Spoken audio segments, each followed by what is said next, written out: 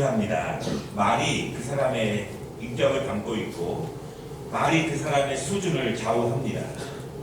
말에는 그 사람의 신앙이 담겨져 있고 말에는 그 사람의 성격도 담겨져 있습니다. 말을 잘 들어보면 그 사람의 모습을 상당 부분 알 수 있습니다. 그래서 학생들을 뽑을 때라든가 또한 직원들을 뽑을 때 인터뷰가 굉장히 많이 중요합니다. 물론 짧은 대화 가운데에서 그 사람의 모든 것을 알 수는 없지만 중요한 질문들과 중요한 답변들을 하다 보면 그 사람에 대해서 상당히 많은 것들을 알 수 있습니다. 그 사람의 인격을 알 수 있고 삶을 알 수 있고 신앙을 알게 되는 그러한 말들입니다. 우리 그리스도인들은요, 고상하게 생각하고 우아하게 말하는 습관과 또한 그렇게 말하는 것이 너무나 그리스도인들에게는 중요합니다. 성령께서 우리의 마음을 만지시는 것은 가만히 보면은요, 우리의 입술부터 만지십니다. 우리가 헌신 예배를 드리는데 가만히 생각해 보면 몸을 헌신하기 전에 우리의 입술부터 언어부터 하나님 앞에 헌신하지 못하는데 우리의 몸이 어떻게 헌신될까 그런 생각을 해보게 됩니다. 우리의 언어를 헌신하고 우리의 손과 발을 헌신하고 그리고 우리의 전체적인 몸을 하나님 앞에 드릴 수 있는 것이 아닌가 그렇게 생각합니다. 여러분 2020년에는 복된 언어를 사용하시고요, 또 인내의 언어를 사용하시고 아름다운 언어를 사용하시고 순종의 언어를 사용하시기를 주님의 이름으로 축원합니다.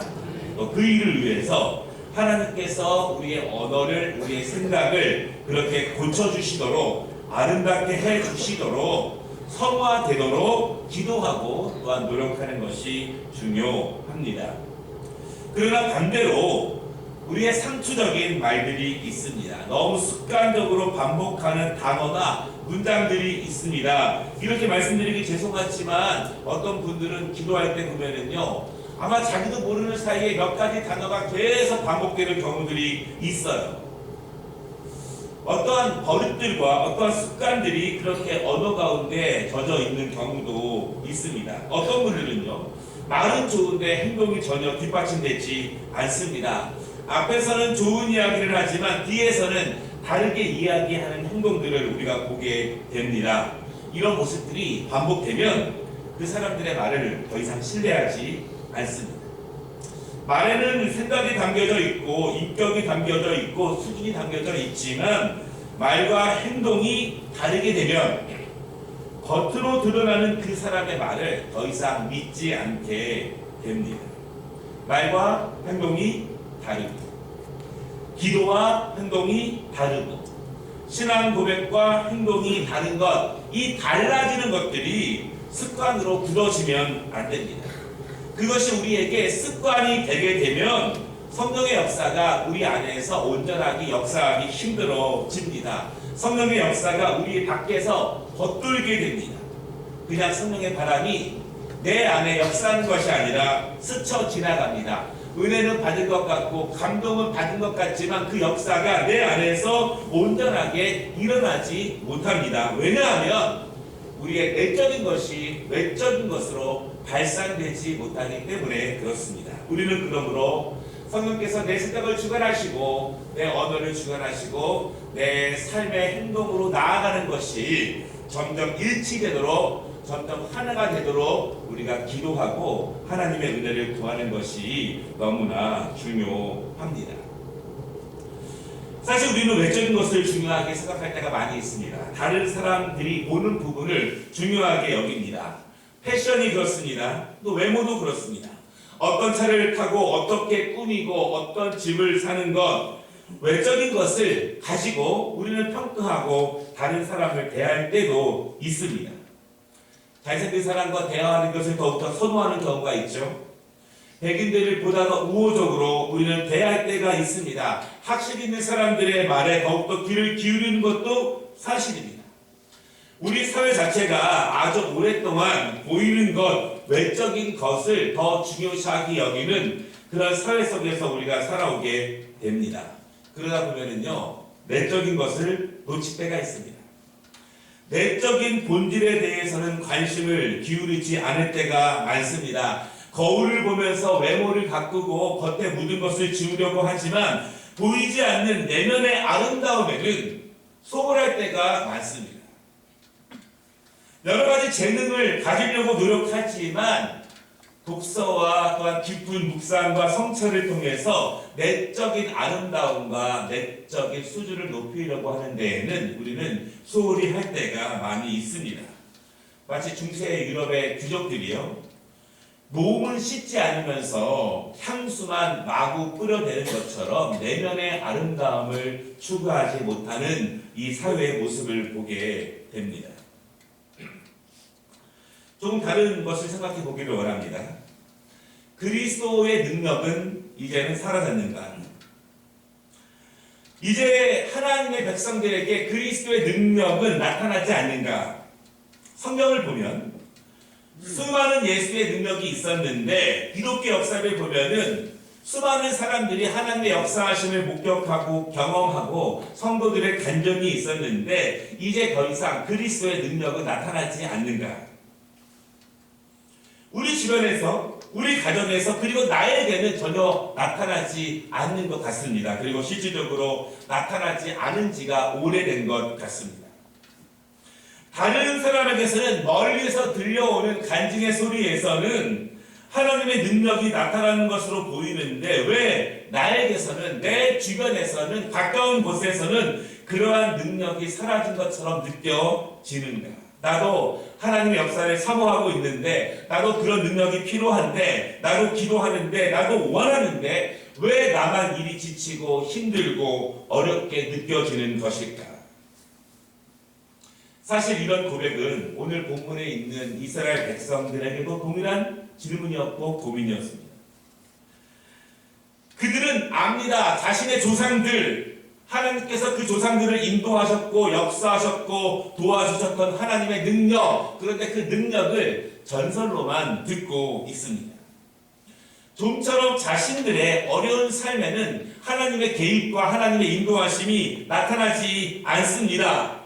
그럼에도 조상들에게 임했던 하나님의 능력을 사모하면서 오늘도 예배 생활을 하고 신앙 생활을 하는데 왜 나에게는 그 역사가 나타나지 않는 것일까? 더 이상 하나님의 능력은 그친 것인가? 오늘 본문을 보면은요, 1절과 2절 말씀을 보면은 하나님께서 예레미야에게 주신 말씀이다 그렇게 말씀하고 있습니다. 그런데 이 말씀이 어디서 선포가 되냐면 하나님의 집인 성전, 정확하게는 성전 문 앞에서 선포가 됩니다. 하나님께서 예레미야에게 말씀하십니다. 너는 성전 문 앞에 서서 예배하러 성전으로 들어오고 있는 너희 백성들을 향해서 이 말씀을 외치라 그렇게 말씀을 하십니다. 이스라엘 백성들이 왜 성전에 올라옵니까? 하나님의 복과 하나님의 인도하심을 원하는 마음을 가지고 예배를 드리러 성전에 들어옵니다.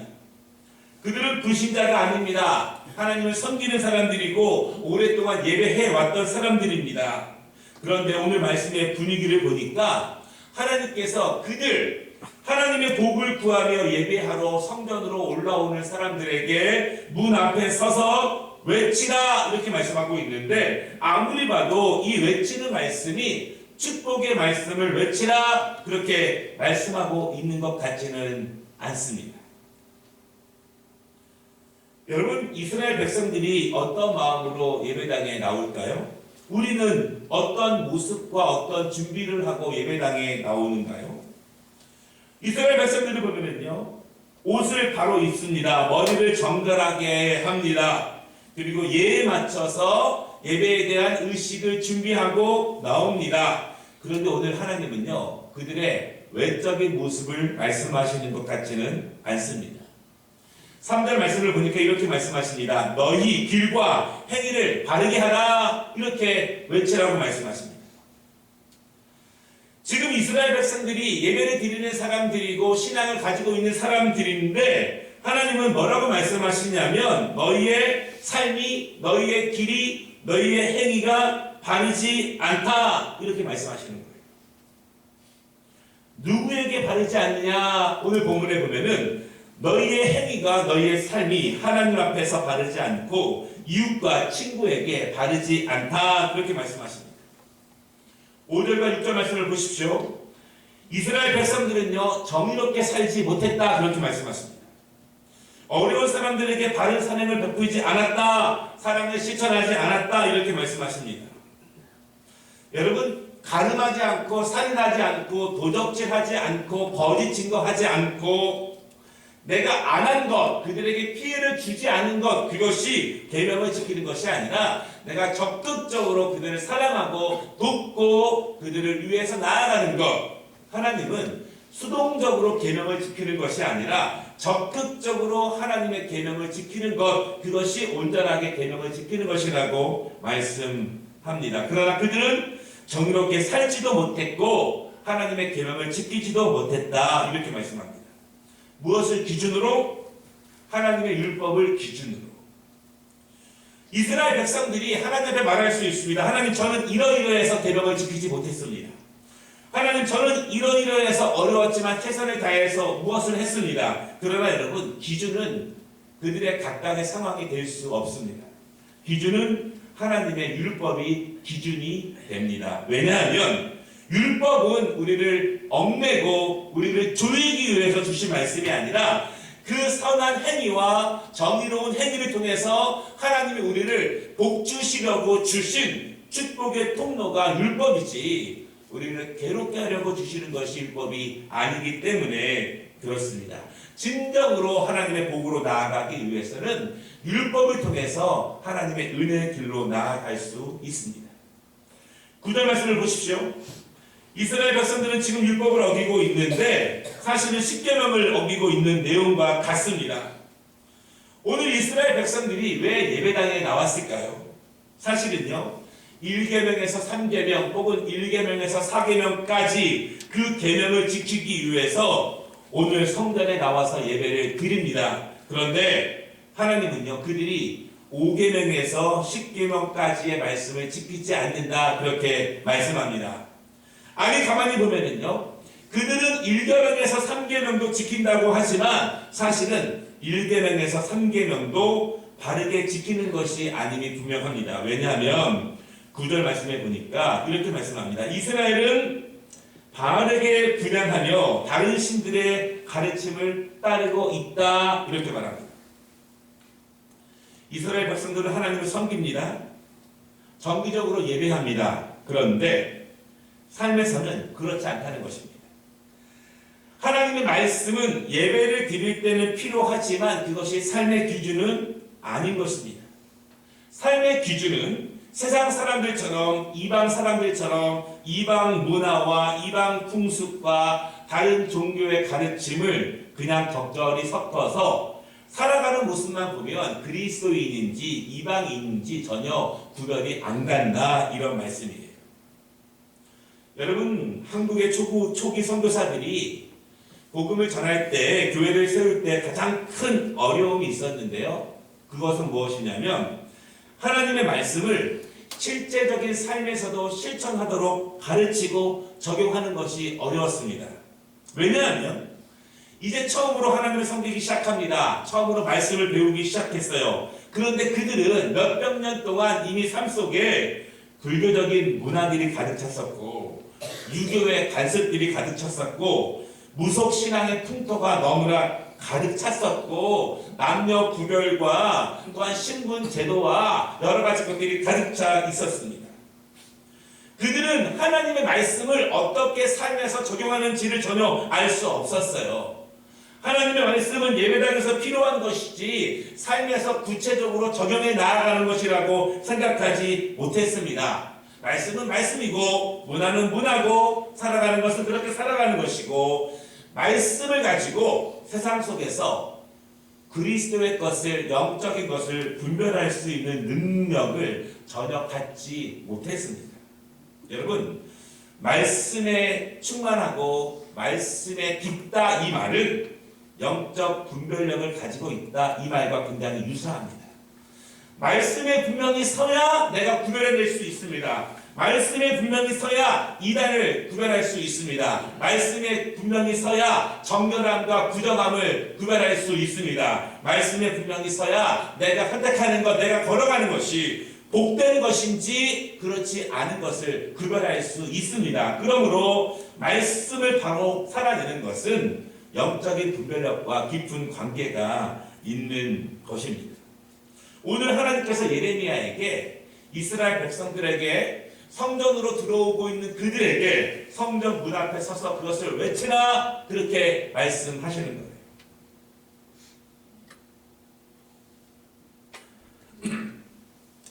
여러분, 그런데 사실 이렇게 신앙생활과 삶의 실천이 다른 것, 이것이 이스라엘 백성들만의 잘못이겠습니까?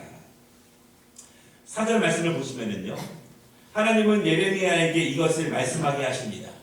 백성들이 못 보고 있는 거예요. 백성들이 전혀 알지 못하고 있습니다. 그것을 백성들에게 전하라고 하시는데 4절에 이렇게 말씀하십니다. 너희는 이것이 여호와의 성전이라, 여호와의 성전이라, 여호와의 성전이라 하는 거짓말을 믿지 말라 이렇게 말씀하십니다.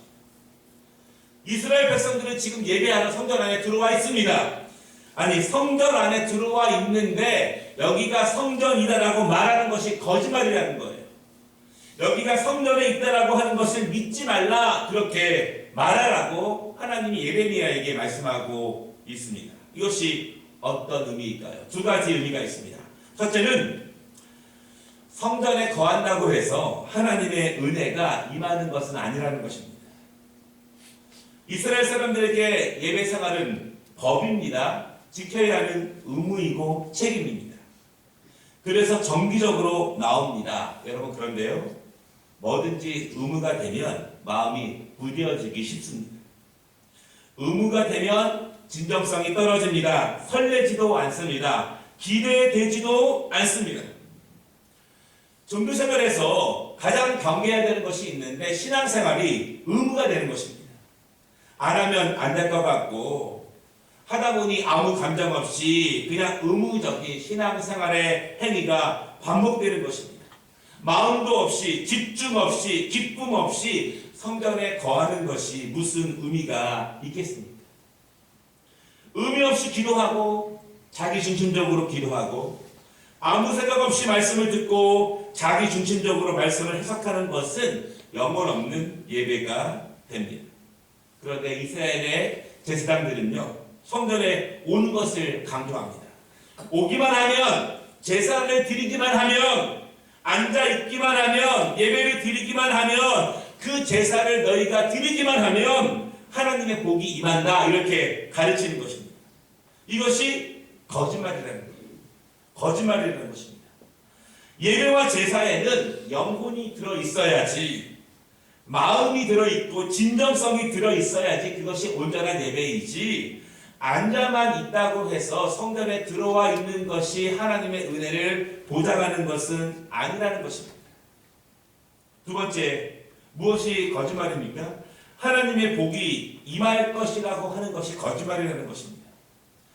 이스라엘 백성들에게 성전은 하나님이 거하시는 곳이고 하나님이 임재하시는 곳입니다. 그래서 성전을 아름답게 꾸밉니다. 거룩하게 예배합니다. 제사장들은 가르칩니다. 너희가 예배했기 때문에 하나님이 너희를 축복하실 것이다. 너희를 복주실 것이다. 너희가 이렇게 율법을 지키고 예배하기 때문에 정기적으로 나와서 의무적으로 법을 지키기 때문에 하나님이 너희를 축복할 것이다. 그런데 하나님은 예레미야에게 말씀하십니다. 이것은 거짓말이다. 왜 거짓말인가? 하나님은 성전에 거한다고 해서 의무적으로 예배를 드린다고 해서 복 주시는 분이 아니다. 이 말씀입니다. 오늘 3절 마지막 부분을 보십시오. 바르게 하나 그리하면 내가 너희로 이곳에서 살게 하리라. 바르게 행하며 말씀을 실천하며 적용하며 살고 예배하면 하나님께서 약속의 땅인 이 가나안에서 너희가 영원히 거할 수 있다고 말씀하십니다. 우리는 예레미야의 결론을 압니다. 예레미야가 끝날 때쯤에 그들은 바벨론의 포로로 끌려갑니다. 그 땅에 하나님께서 아브라함과 이삭과 야곱에게 주시고 여호수아와 갈렙을 통해서 들어오게 하신 그 가나안 땅에 더 이상 거하지 못하게 됩니다. 뿔뿔이 흩어지게 됩니다. 국가를 잃게 됩니다. 왜 그럴까요? 오늘 그 말씀의 핵심이 여기에 있습니다. 하나님의 복은 거한다고, 드린다고, 그 자리에 있다고 해서 하나님의 복이 임하는 것이 아니라 바르게 행하면 말씀이 우리의 생각을 주관하고 우리의 삶을 주관하고 우리의 문화를 주관하고 보이는 것이 아니라 앉아있는 것이 아니라 그 마음의 영혼을 가지고 진정성을 가지고 성령님이 기뻐하시는 예배가 되지 아니하면 그 땅, 가나안 땅에서 더 이상 살 수 없다. 그렇게 말씀하십니다. 6절의 마지막 부분과 7절을 보십시오. 아니하면 너희가 그렇게 아니한다면 내가 너희를 이곳에서 살게 하리니. 하나님께서는 하나님의 말씀으로 바르게 행하고 이방인들과 이웃들에게 사랑과 정의를 행할 때 약속의 땅에서 살 것이라고 축복을 하고 계신다는 사실을 여러분 믿으시기를 바랍니다.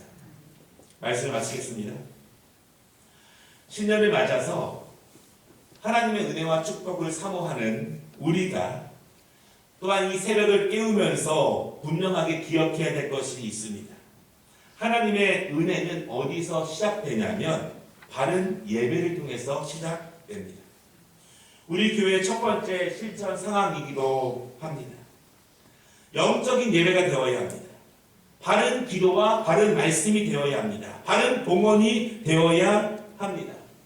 오늘 8절에 있는 것처럼 보라 너희가 무익한 거짓말을 의존하는도다. 거한다고 해서 앉아있다고 해서 형식적으로 의무감을 가지고 예배하는 것에 하나님의 은혜가 있는 것이 아니라 바른 예배, 살아있는 예배, 성령께서 받으시는 예배 가운데 그 은혜가 있다는 사실을 여러분 믿으시기를 바랍니다. 아멘. 바라기는 여러분 힘드시면 더 예배하시기를 바랍니다. 괴로우시면 더 예배하시기를 바랍니다. 바쁘시면 더 예배하시기를 바랍니다. 문제가 있으면 더 예배하시기를 바랍니다. 괴로우면 더 예배하시기를 바랍니다. 하나님께 진정으로 예배하는 것 가운데 하나님이 그 땅에 거하게 하시는 축복을 주신다는 사실을 여러분 믿으시기를 바랍니다. 그리스도인들에게 다른 것은 변명이 될 수 없습니다. 오늘 제목처럼 우리는 거짓말을 분별하는 영적 능력이 있어야 합니다. 거짓말이라는 것입니다. 성전에 거하기만 하면 예배하기만 하면 복을 주시고 인도하실 것이라는 거짓말을 분별해야 한다라고 하는 것입니다. 그 말만 믿으면 하나님이 축복을 주실 것이라고 하는 그 거짓말을 우리가 믿지 않는 영적인 분별력을 우리가 가져야 합니다. 하나님의 축복이 왜 이스라엘 백성들에게서 사라졌습니까? 예배의 모습은 있으나 삶의 능력이 사라진 것입니다. 경건의 모습은 있으나 경건의 능력이 사라진 것입니다. 2020년 우리는 기본을 잘 다져서 하나님이 주시는 풍성함을 누리기를 원합니다. 바른 예배생활, 바른 기도생활, 바른 사회생활, 하나님의 말씀을 가지고 정직하고 성실하게 손해를 보더라도 희생하고 그리스도의 사랑을 전하는 그 일체 가운데 하나님께서 그리스도의 능력이 끝나지 않았고 여전히 우리에게 나타난다는 것을 여러분 분명히 믿으시기를 바랍니다. 오늘 이 은혜가 우리에게 임하는 결심 3일 두 번째 날이 되시기를 주님의 이름으로 축원합니다. 우리 함께 찬양 드리겠습니다.